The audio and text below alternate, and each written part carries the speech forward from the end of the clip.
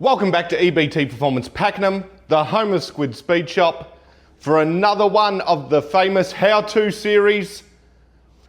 Today it is how to bleed your lifters before you install them.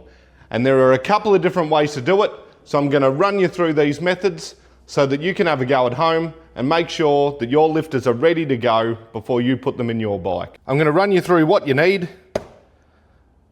A new set of quality lifters. I don't really mind your brand. For today, we're using the Fueling HP Plus lifters. They're great. I use them in all of my sort of stage 2 builds. And then you're either going to need a jar with your choice of high performance oil. Today's choice is Modal's Twin Sin 2850. You can modify a mason jar by drilling a hole in it and then installing a tyre valve, removing the Schrodinger valve from inside, and that will enable you to do the two more complex ways of bleeding your lifters. Or you can also use the good old oil can. So I'm going to start with the easiest method and move on to the hardest method. With our complex masonry jar method, you can either use a bike pump or a vacuum bleeder. And I'll show you how both work. But first off, the easiest method is to let them soak in a jar of oil overnight. So what I'm going to do is get out our brand new lifters. A little bit difficult one-handed.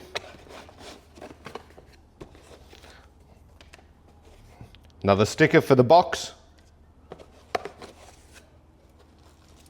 So we get our brand new fueling lifter, take it out of the packet.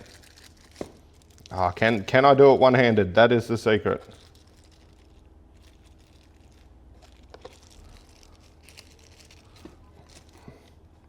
So you get your brand new lifter, fantastic.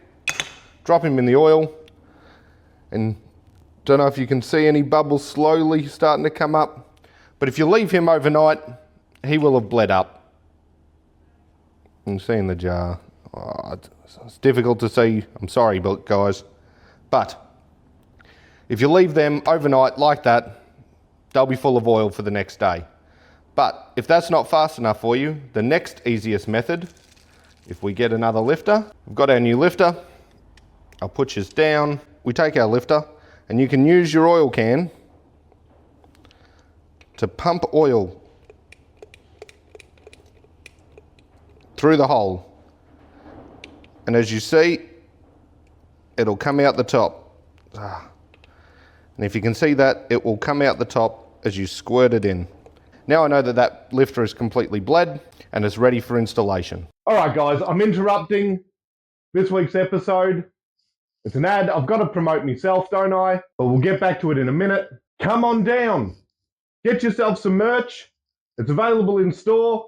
If you're overseas, shoot me an email at info@ebtpakenham.com.au. We'll be able to sort something out. I've got both of the t-shirts back in stock, the beanies, the crew necks are on their way, and there's a couple other secret things in the pipeline, going to be ready for summer. You're not going to want to miss them. And make sure to like, comment, subscribe. Share it with your buddies. It only takes you a second and helps me out tremendously. I really appreciate all you guys watching. So let's get back to cranking out another high horsepower build. Let's get to it.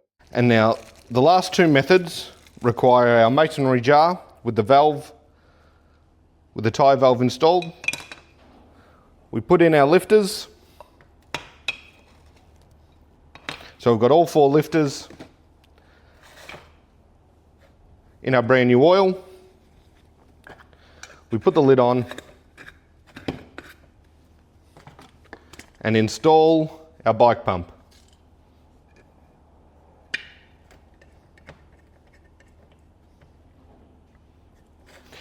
And now what you do is you pump it up just a little bit, and hopefully you can see on the camera, I'll go in close, the bubbles.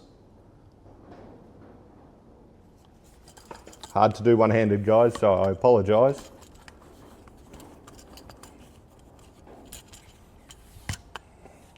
May have already got, there we go, there's another bubble. And so with the constant pressure being applied on the top, it forces oil in to the lifter and drives the air out. But it can also be done with vacuum.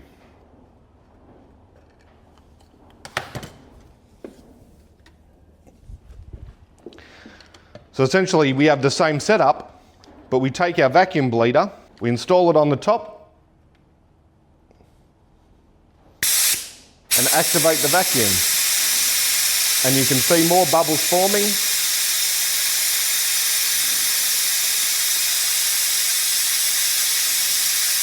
And then the lifters are ready for install. I hope that you found those 4 different methods of bleeding up the lifters helpful for when you're working on your bike in the garage.